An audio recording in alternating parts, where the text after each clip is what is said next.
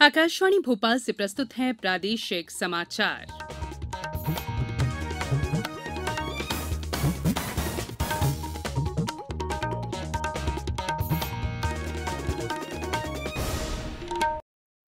नमस्कार, समाचारों के साथ मैं संयुक्ता बैनर्जी।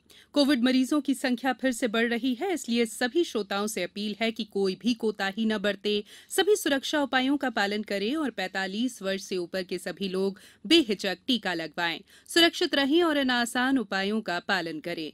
मास्क पहने, 2 गज दूरी है जरूरी, सुरक्षित दूरी बनाए रखें, हाथ और मुंह साफ रखें।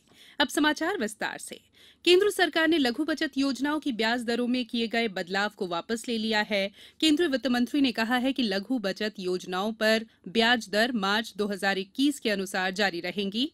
वित्त मंत्री निर्मला सीतारमण ने एक ट्वीट में कहा कि भारत सरकार 2020-21 की अंतिम तिमाही में प्रचलित लघु बचत ब्याज दरें जारी रखेगी।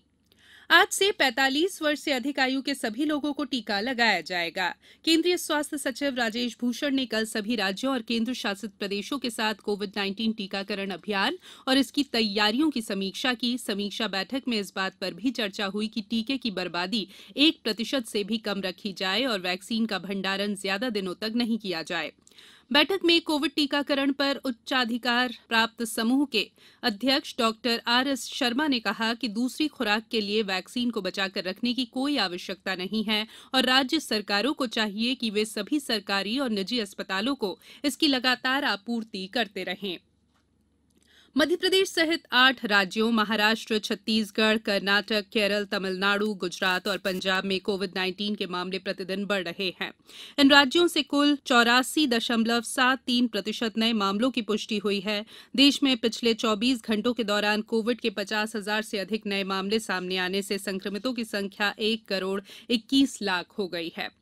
प्रदेश में बीते 24 घंटों में कोरोना के 2,332 नए मामले सामने आए हैं, जबकि 9 लोगों की मौत हुई है।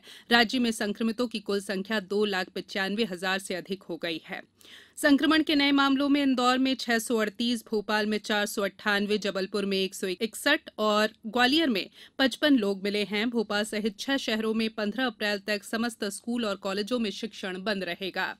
प्रदेश में आज से बिजली के बिल केवल ऑनलाइन ही जमा हो सकेंगे। मध्य क्षेत्र विद्युत वितरण कंपनी ने आज से अपने कैश काउंटर बंद कर दिए हैं। अब उपभोक्ता MP online, common service centre, ATP machine या पीओएस मशीन के द्वारा नगद भुगतान कर सकते हैं। इसके अतिरिक्त कंपनी के portal.mpcc.in और उपाय मोबाइल ऐप द्वारा भी ऑनलाइन बिल भुगतान की सुविधा उपभोक्ताओं को उपलब्ध होगी।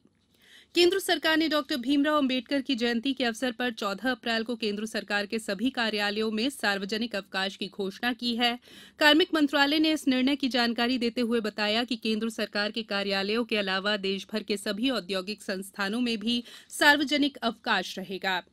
अब कुछ समाचार संक्षेप में। होशंगाबाद में आज से जिले में समर्थन मूल्य पर गेहूं खरीदी शुरू हो गई है। ये खरीदी 248 केंद्रों पर होगी। बालाघाट में कोरोना संक्रमण पर प्रभावी रोकथाम के लिए महाराष्ट्र से आने जाने वाली बसों का संचालन 15 अप्रैल तक स्थगित कर दिया गया है और प्रदेश के 38 निरीक्षकों को मानसेवी उप पुलिस अधीक्षक के पद पर नियुक्त किए जाने के आदेश जारी किए गए हैं।